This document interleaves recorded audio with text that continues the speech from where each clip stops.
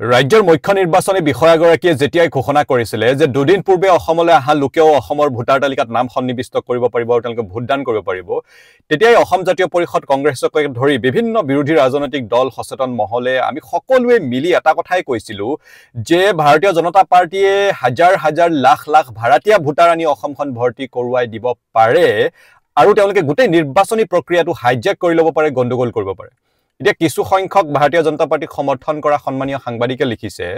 দুই এজন তেওঁলোকে কৈছে যে যদি আমি অভিযোগ কৰাৰ নিচিনাই ভাৰতীয় ভোটাৰ আনা হয় তেওঁলোকৰ নাম অসমৰ ভোটাৰ তালিকাত সন্নিবিষ্ট কৰা হয় তেওঁলোকে যেতিয়া ভোট দিবলৈ ভোট গ্ৰহণ কেন্দ্ৰত ভোটদান কৰিবলৈ যাব তেতিয়াতো আমাৰ স্থানীয় মানুহে তেওঁলোকক চিনি পাব তেতিয়া প্ৰতিবাদ নকৰিব নেকি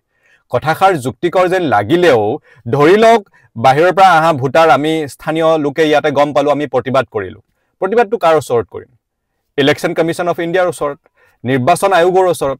নিৰ্বাচন আয়োগৰ ওপৰতেই ভাৰতীয় জনতা পাৰ্টি আৰু চৰকাৰৰ লগত মিলি ভোট চুৰি কৰা নাইবা নিৰ্বাচনী প্ৰক্ৰিয়াটো গণ্ডগোল কৰাৰ অভিযোগ আছে গতিকে নিৰ্বাচন আয়োগে তাৰ ওপৰত কি একচন ল'ব বিহাৰৰ সময়ত আমি দেখিলোৱেই নহয় যেতিয়া SIR যোগেদি বিহাৰত প্ৰায় 69 লাখ ভোটাৰৰ নাম কৰ্তন কৰা হ'ল মানুহে আহি ভোটদান কৰিবলৈ আহি তেওঁলোকৰ নাম বিচাৰি নাপায় তাৰ ওপৰত নিৰ্বাচন আয়োগে কি একচন ল'লে বিজেপিৰ কৰ্মকৰ্তা নেতাসকলে কিছুদিন আগতে দিল্লীত ভোটদান কৰি আহি তেওঁলোকে বিহাৰত আকৌ ভোটদান কৰিলে তাৰ ওপৰত ইলেকশন কমিশন অফ ইণ্ডিয়াই কি একচন ল'লে ইলেকশন কমিশন অফ ইণ্ডিয়াই বিহাৰত SIR সময়ত যেটো ফ্ৰড ব্লাস্টিং সফটৱেৰ ইউজ কৰিব লাগে হেতু ইউজ নকৰিলে কিয় যাৰ ফলত প্ৰায় 14.35 লাখ ডুপ্লিকেট ভোটাৰৰ এন্ট্ৰি হোৱা বুলি অভিযোগ উঠিছে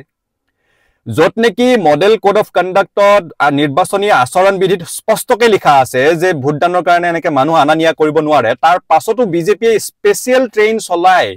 মানুহবোৰৰ ডিঙিত বিজেপিৰ মাফলাৰ দি হাজাৰ হাজাৰ লোক বাহিৰৰ পৰা আনি বিহাৰত ভোট দিয়ালে সেইবোৰৰ ওপৰত নিৰ্বাচন আয়োগে কিবা একচন ললে নেকি যেতিয়া হাজাৰ হাজাৰ কোটি টকা বিহাৰৰ মহিলাসকলৰ একাউণ্টত তেওঁলোকৰ ট্ৰান্সফাৰ কৰা হ'ল সেইবোৰৰ ওপৰত তেওঁলোক মৌন হৈ নাথাকিল জানো গতিকে কোনটো নিৰ্বাচন আয়োগে একচন ল'ব পদক্ষেপ ল'ব যি নিৰ্বাচন আয়োগৰ ওপৰতে ভোট চুৰি নাবা ভোট প্ৰক্ৰিয়াত নিৰ্বাচনী প্ৰক্ৰিয়াত গণ্ডগোল কৰাৰ অভিযোগ আছে বিৰোধী ৰাজনৈতিক দলসমূহে বিভিন্ন সময়ত সংবাদ মাধ্যম যোগে সংবাদ মেল যোগে এই কথাবতৰাবোৰ এই অভিযোগবোৰ আনিছে আৰু সেইবোৰ নিৰ্বাচন আয়োগে খণ্ডন কৰিব পৰা নাই সেই নিৰ্বাচন আয়োগৰ ওপৰত মানুহে কি ভৰসা কৰিব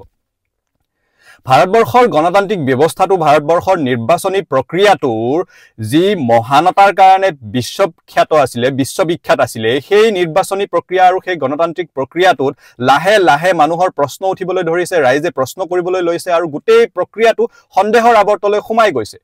গতিকে নিৰ্বাচন আয়োগে যদি বিগত মাহ কেইটাত বিগত বছৰ কেইটাত যিবোৰ নিৰ্বাচনী আচৰণ বিধি ভংগ হৈছে যিবোৰ অভিযোগ ভোট চুৰি নাবা ভোট প্ৰক্ৰিয়াত নিৰ্বাচনী প্ৰক্ৰিয়াত গণ্ডগোলৰ কথা অভিযোগ উত্থাপন হৈছে সেইবোৰৰ ওপৰত তেওঁলোকে যদি কিবা দৃষ্টান্তমূলক পদক্ষেপ গ্ৰহণ কৰিলেহেঁতেন তেতিয়াহ'লে আমি মানিলোহেঁতেন কিন্তু আজি নিৰ্বাচন আয়োগে সন্দেহৰ আৱৰ্তত আছে গতিকে তেওঁলোকে কি একচন লৈ দেখুৱাব গতিকে এইবোৰ বিষয়ত ৰাইজ সজাগ হ'বৰ হ'ল ধন্যবাদ জয় আই অসম